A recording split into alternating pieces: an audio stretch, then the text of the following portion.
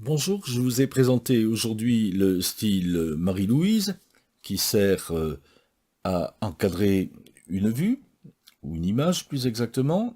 Donc voilà, je vais vous montrer de quoi il s'agit. Par exemple, ici, j'obtiens ça.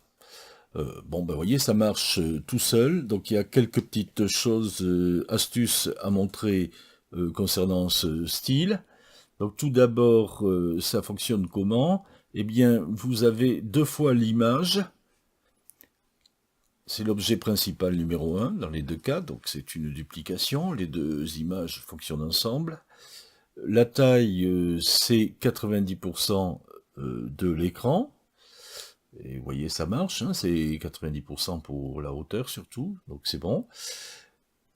Et en fait, la première image est masquée, et c'est celle qui me donne le bord blanc.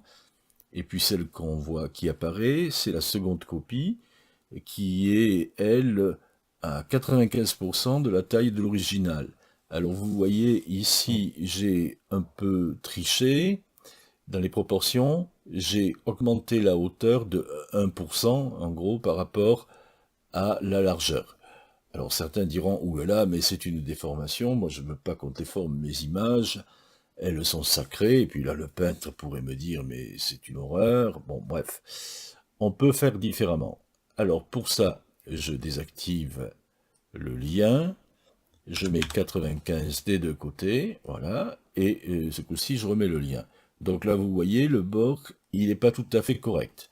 Donc moi j'ai choisi dans les styles que j'ai livrés d'arranger ça à la main parce que, à mon avis, modifier la largeur ou la hauteur de 1%, ça n'a pas beaucoup d'importance sur le résultat visuel.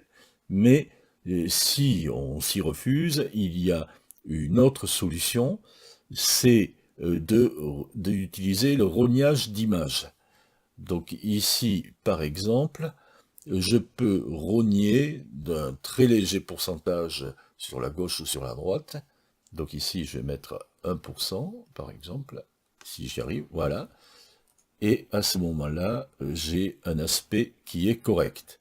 Donc j'ai choisi de ne pas rogner l'image et de modifier le rapport hauteur-largeur très légèrement, mais vous pouvez faire le choix contraire. Vous voyez, ça marche aussi, et vous pouvez modifier les styles en fonction de ça, hein, si vous trouvez que c'est plus correct, ça correspond mieux à ce que vous voulez faire, ça marche aussi. Donc voilà, vous connaissez maintenant les deux manières de modifier le style. Puis une dernière chose à remarquer, comme ici c'est le même objet, si je change de vue, par exemple je prends celle-là, voilà, ça marche, là, ça s'adapte tout seul. Donc c'est bien pratique, hein, vous n'êtes pas obligé de réappliquer le style, vous pouvez juste changer la vue et ça marche. Voilà, vous savez maintenant tout ce qu'on peut désirer savoir sur ce style-là, j'espère qu'il vous servira, et je vous dis à bientôt pour d'autres styles ou d'autres astuces avec PTE. Au revoir.